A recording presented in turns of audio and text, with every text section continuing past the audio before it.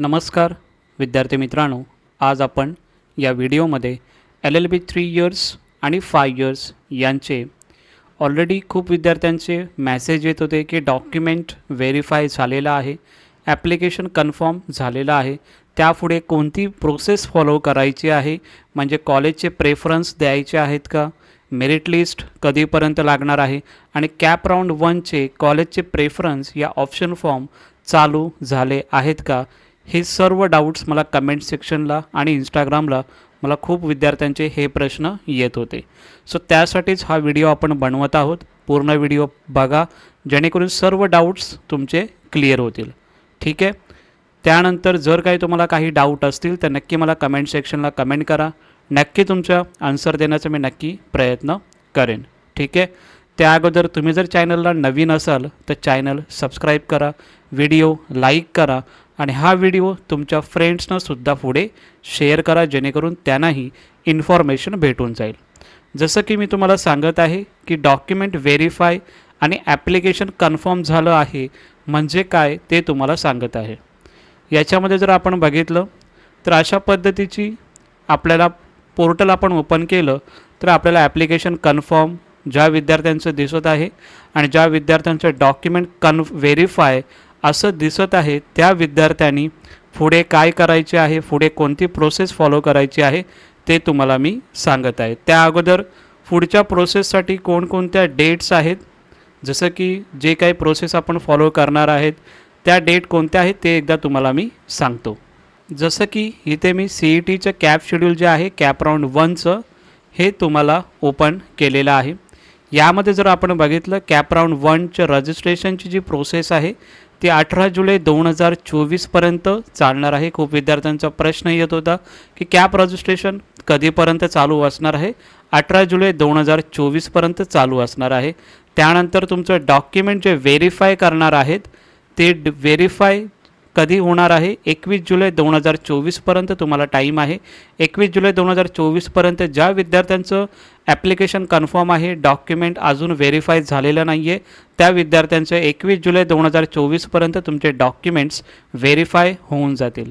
ते व्हेरीफाय झाल्याच्यानंतर alphabetical list cap round 1ची कधी चालू होणार आहे.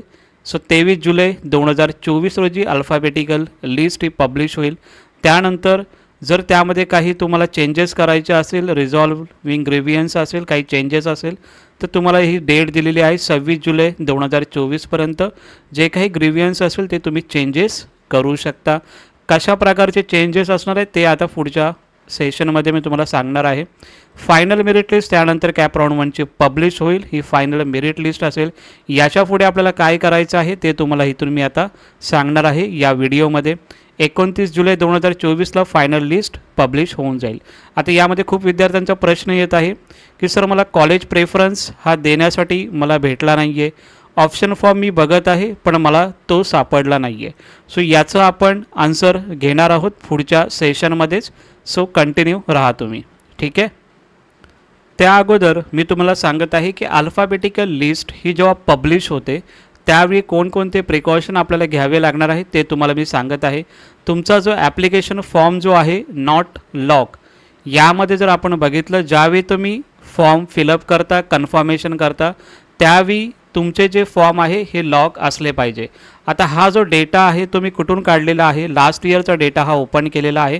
कारण की ज्या विद्यार्थ्यांनी ॲप्लिकेशन फॉर्म त्यांनी कंप्लीट केलं बट त्यांनी फॉर्म जो आहे तो लॉक केला नव्हता म्हणून त्यांचं व्हेरीफाय म्हणजे जे त्यांचं फायनल मेरिट लिस्टला त्यांचं नाव आलं नव्हतं.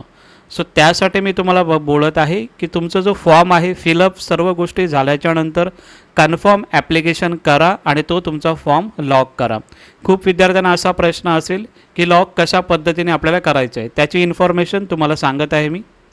लॉक ऑप्शन तुम्हाला जर बघितलं आपण तर असं तुम्ही जेव्हा कन्फर्म ॲप्लिकेशन करता त्यावेळी तुम्हाला लॉक ॲप्लिकेशन फॉर्म असं इथे येईल. तर इथे कन्फर्म या बटनवरती तुम्हाला क्लिक करायचं आहे, तुमचा फॉर्म लॉक होऊन जाईल. त्यानंतर नेक्स्ट जर आपण बघितलं तर कन्फर्म ॲप्लिकेशन फॉर्म जसं मी तुम्हाला सांगितलं अशी तुम्हाला विंडो दिसेल. कन्फर्म ॲप्लिकेशन करा आणि कन्फर्म ॲप्लिकेशन केल्याच्यानंतर तुमचा फॉर्म आहे तो लॉक होऊन जाईल. ठीक आहे. त्यानंतर काही चेंजेस करायचे असेल तर तुम्ही अनलॉक फॉर्म करू शकता. तुमचा जो फॉर्म असेल ॲप्लिकेशन तो तुम्ही अनलॉक करू शकता। आता अनलॉक कशा पद्धतीने करू शकता इथे तुम्हाला दिलेलं आहे मी की अनलॉक ॲप्लिकेशन फॉर्म, यावरती तुम्हाला क्लिक करायचं आहे। तुमचा फॉर्म अनलॉक होऊन जाईल आणि ज्यावेळी तुम्ही लॉक कराल त्यावेळी तुम्हाला हा जो फॉर्म आहे हा असा अनलॉक दिसेल, याचा अर्थ हा तुमचा फॉर्म लॉक झालेला आहे। ठीक आहे, यामध्ये तर तुम्हाला चेंजेस करायचे असेल यावरती तुम्हाला क्लिक करायचं आहे। फक्त तुम्ही जे चेंजेस करा, चेंजेस केल्याच्या नंतर कन्फर्म करा, कन्फर्म केल्याच्या नंतर तुम्हाला ही विंडो अशी दिसली पाहिजे, याचा अर्थ तुमचा जो फॉर्म आहे हा फॉर्म तुमचा लॉक झालेला आहे। इथे अनलॉक दिसते, याचा अर्थ तुमचा फॉर्म लॉक झालेला आहे। हे का सांगतोय, कारण की खूप विद्यार्थ्यांचं लॉक हे करत नाहीत फॉर्म, त्यासाठी लास्ट इयरला पण असं झालेलं, त्यांचं डॉक्युमेंट जे आहे व्हेरीफाय झालं नव्हतं, त्यासाठी खूप प्रॉब्लेम्स झालेले होते।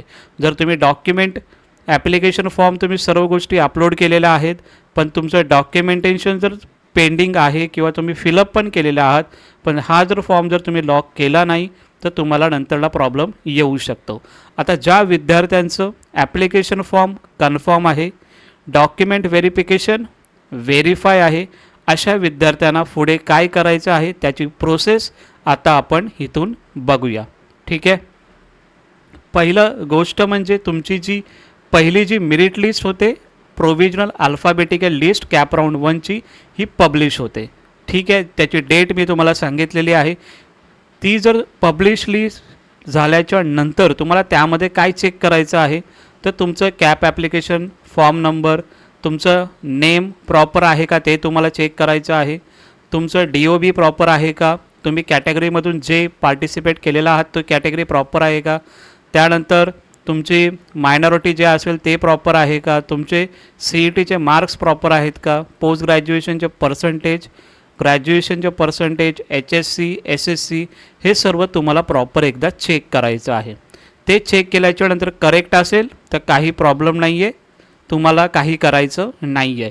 जर त्यामध्ये जर तुम्हाला काही चेंजेस करायचे असतील जसे की कास्ट तुम्हाला जर अपडेट करायची असेल, अपलोड करायचं असेल काही डॉक्युमेंट, तुम्ही ते डॉक्युमेंट अपलोड करू शकता। ते अपलोड करण्यासाठी तुम्हाला 2 ते 3 दिवसाचा तुम्हाला टाईम दिलेला जातो।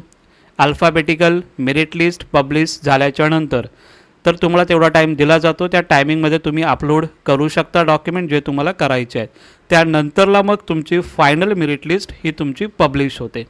फायनल मेरिट लिस्ट ही पब्लिश झाल्याच्या नंतर तुम्हाला त्यामध्ये कोणतेही चेंजेस करायला भेटणार नाही आहेत। त्यामध्ये डायरेक्टली खूप विद्यार्थी लास्ट मला विचारत होते की मेरिट लिस्ट कधी लागणार आहे। सो ही फायनल मेरिट लिस्ट यामध्ये तुम्हाला इथे दिसत आहे स्टेट मेरिट नंबर, म्हणजे तुमचा इथे मेरिट जो आहे स्टेट म्हणजे तुमचा रँक किती आहे हा तुम्हाला इथे रँक दिला जातो फायनल मेरिट लिस्टमध्ये।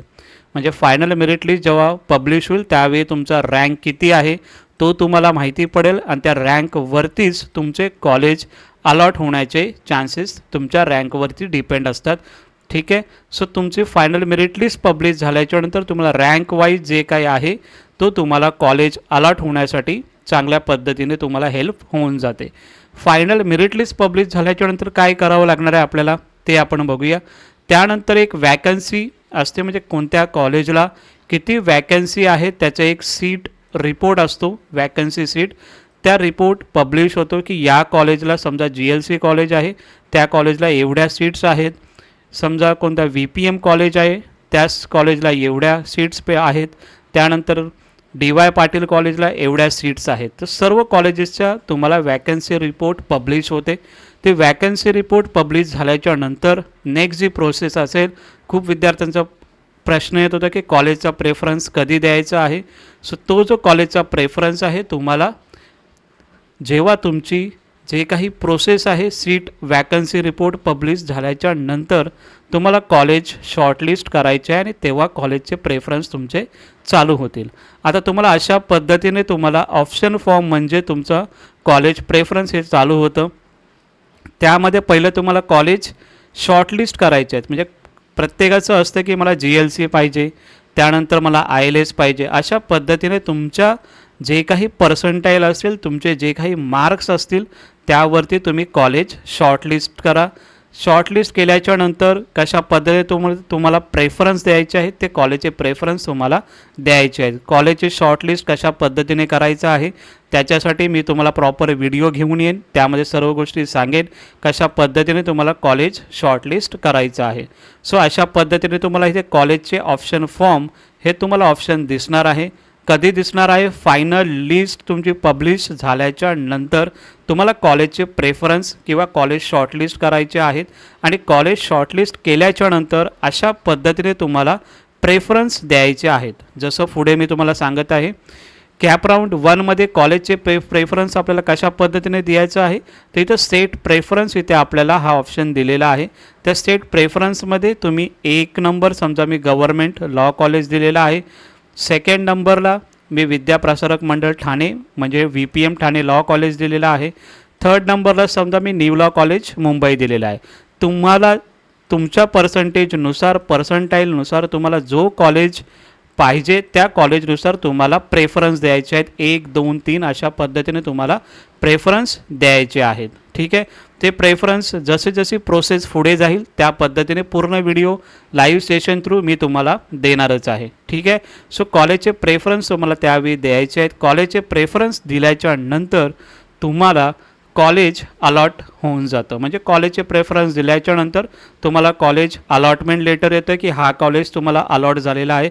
समजा मी GLCला अप्लाय केलेला आहे तर GLC मला कॉलेज भेटलेलं आहे तर त्याचं कॉलेजचं अलॉटमेंट लेटर मला भेटणार आहे. त्या कॉलेज अलॉटमेंट लेटर मला भेटल्याच्या नंतर मला कॉलेजमध्ये ॲडमिशनसाठी जायचं आहे की कॉलेज कन्फर्म करण्यासाठी. म्हणजे ते ॲडमिशनसाठी तुम्हाला 2 ते 3 दिवसाचा टाईम दिला जातो. त्यामध्ये तुम्ही जाऊ शकता, कॉलेजमध्ये ॲडमिशन घेऊ शकता. समजा काही विद्यार्थी यामध्ये असतील की GLC कॉलेज मला पाहिजे पण मला सेकंड नंबरचा कॉलेज भेटलेला आहे. सो काही विद्यार्थी कॅप राऊंड 2साठी बेटरमेंटचा ऑप्शन घेतील आणि ते पुढे जातील. काही विद्यार्थ्यांना नाही, मला जो GLC आहे तोच मला भेटलेला आहे, तो मी कॉलेज सेव्ह करेन. म्हणजे कॉलेज त्याला ॲडमिशनसाठी त्या दिवशी मी कॉलेजला जाईन, ॲडमिशन घेईल, तिथे माझी प्रोसेस एंड होऊन जाईल. ठीक आहे. सो त्यानंतर पुढची जी प्रोसेस असेल, समजा ज्या विद्यार्थ्यांना बेटरमेंट करायचं आहे त्या विद्यार्थ्यांनी पुढे काय करायचं आहे ते तुम्हाला मी सांगत आहे. त्यानंतर जो नेक्स्ट राऊंड जो होईल कॅप राऊंड 2मध्ये पण ज्या कॉलेजला किती सीट्स बॅलन्स आहेत त्याचा वॅकन्सी रिपोर्ट तुम्हाला आउट होतो. वॅकन्सी रिपोर्ट आउट झाल्याच्या नंतर तुम्हाला बघायचं आहे कोणत्या कॉलेजला किती सीट्स बॅलन्स आहेत, त्या पद्धतीने तुम्ही ॲडमिशन किंवा त्या कॉलेजला तुम्ही प्रेफरन्स देणार आहात. सो तो प्रेफरन्स दिल्याच्या नंतर तुम्हाला जो कॉलेज पाहिजे तो तुम्हाला भेटला. त्यानंतर तुम्ही त्या कॉलेजला परत तुम्ही ॲडमिशनसाठी जाणार आहात. म्हणजे कॉलेजचे प्रेफरन्स दिले तुम्हाला कोणता कॉलेज जो पाहिजे तो कॉलेज भेटला. तुम्हाला कॉलेज भेटल्याच्या नंतर तुम्हाला डायरेक्टली जसं मी सांगितलं प्रेफरन्स तुम्हाला द्यायचे आहेत.